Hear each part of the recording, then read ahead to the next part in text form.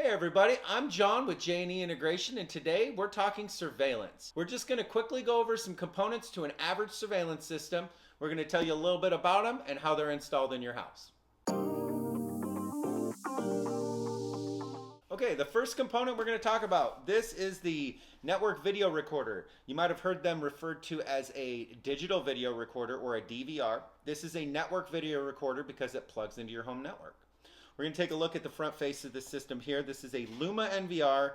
As the oversee, that means that a company like mine can help you out remotely if you have any issues with your system. They can at least diagnose issues or maybe order parts before they even come by. This kind of really speeds up the troubleshooting and the replacement process by a lot, actually. Then on the front, we just have three lights. We have a record, power, and a network light. And then, of course, we have a USB. I usually just use this for the mouse to control the recorder, but I suppose you could probably put a flash drive in there and use it for an update as well. But it's a network recorder, so you could also find it on the GUI, the graphic user interface on a web page. You could probably update it from there. Or I, as the company owner, I would use the oversee feature to update this unit. I wouldn't even have to come to your house. I could notice that, maybe you need an update, and we can apply an update remotely. It's super simple, very easy. We're going to take a peek at the back of this unit. You have an on-off switch. This is the plug for the power. Then all these ports are the ports that the cameras plug into. These are RJ45 plugs. They're very just average network plugs that are on the end of any Cat 6 or Cat 5 cable. This little single one here, that's your network plug. That's going to connect to your home network, giving you your remote connection here. Then you also have a VGA, just in case you have an old CRT monitor you want to plug into it. Then you have your HDMI and an audio in and out for the recorder. Pretty simple unit. These things are really great. This specific one has a 6 terabyte hard drive, which is quite large, and that's just one hard drive. So I believe you could put maybe 12 terabytes of hard drive space in this 8-channel recorder. That would continuously record 8 cameras for a long time. I don't know exactly how long, but it would be a very long time. One with this 6 terabyte recorder, I would guess this recorder should be able to record all 8 cameras for about a month. That would be my guess on that. But once you set it up, you have your codec set and everything else with the system, you can see about how much time you have to record on it. All right, so our next component is the camera. This could be the most important part of the system considering it's a camera system, right? So this is a Luma X20 8 megapixel camera. This is what we refer to as a bullet camera. These cameras also come in a turret style and a dome style. They're all exactly the same camera. Very easy to use. Great cameras. You can put an SD card inside the camera if you don't have a recorder. That will keep all of your recordings. There's a couple of wires here on the tail you might see. You have a power wire, which I've never used. You have a 3.5 millimeter audio wire, and you have your RJ45 with an IP67 adapter for it, essentially. This camera is an IP67 rated camera. That means it can be out in the rain, where it should be. These are really great. I've installed a ton of these cameras so far, and one of the features I appreciate about that is they don't have like notches when you go to aim it. Like you wouldn't go here and then notch down here. You can go anywhere and all in between. Super easy. And they actually stay in place really well, especially compared to some older style cameras that I've worked with. I enjoy working with these. They're really easy. Clients seem really happy with the product. They look really great. One small issue could be that this wire requires a 3/4 inch size hole in your wall to mount it. So if you don't want to put that big of a hole in your wall, you could go for the base. So right here we have a base. The camera mounts right on this base. We have a sealed connection for our category wire to go in, and that houses all of your connections. So this guy would end up on there, something like that. They're really great. Super easy. I know it kind of looks like a lot here, but when they're installed, it looks great. It's an awesome system.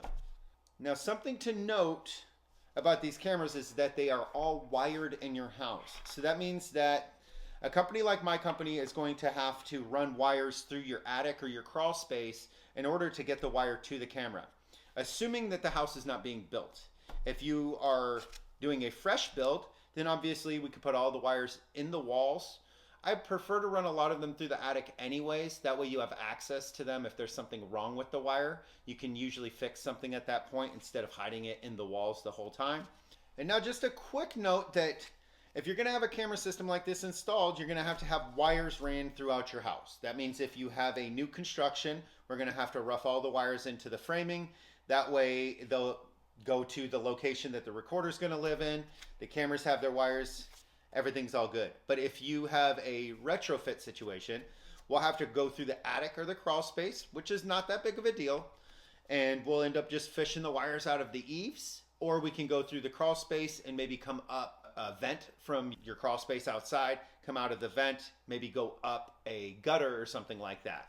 I know that's not the best solution, but sometimes you just need to have an eye, you know, you just want to see what's going on. And if you have good coverage, there's no way somebody's going to get to that wire without already being caught on the camera. And for our last component, this is our Control 4 processor. This is a Core 1 processor. This is not necessary, but highly recommended. The app for Luma it's very great, but you don't get full resolution on your cameras. So if you do want full resolution, we can do it with this little guy.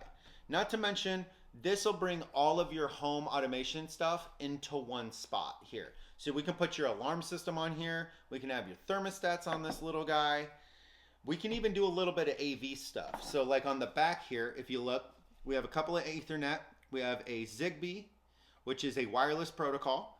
Then we have an HDMI out, so that way you can have the display on your TV and you can control the automation system just like your phone, but from your TV. Then we have a digital audio out. This is a music streaming out here. So if you just had a stereo system around and you had this installed, we could add music streaming. And then we have our control ports here. So these are going to be infrared ports, the little red light that flashes on your TV, or serial. Serial is an older communication, but it's a lot better. Serial is we're not going to get a little too nerdy about it, but serial communication is fantastic. So yeah, this is your Control 4 component here. Highly recommended. And then a little note I do want to mention as well is you don't have to be afraid of this stuff. You don't have to buy everything at once. You know, you don't have to get thermostats, you know, your pool control. So what we can do is we can always just do these things one component at a time. We can put one system in at a time. So when you get your surveillance system, you get this little guy. And then when you have your security system upgraded, then you don't have to worry about the processor unit anymore. It's already on the system, and all of this stuff is remote with Oversee, so we can take care of your house from a distance. We can take care of you from anywhere. You can send me a text, say, my cameras are down, can you look into it? Sometimes I might just be able to say, hey, it's just rebooting. You reset it or something to that effect. At least we can get answers right away. Another great thing about that is if there's components that are broken, say we have a camera that's down, I could even order that camera because I know which camera it is and which model it is.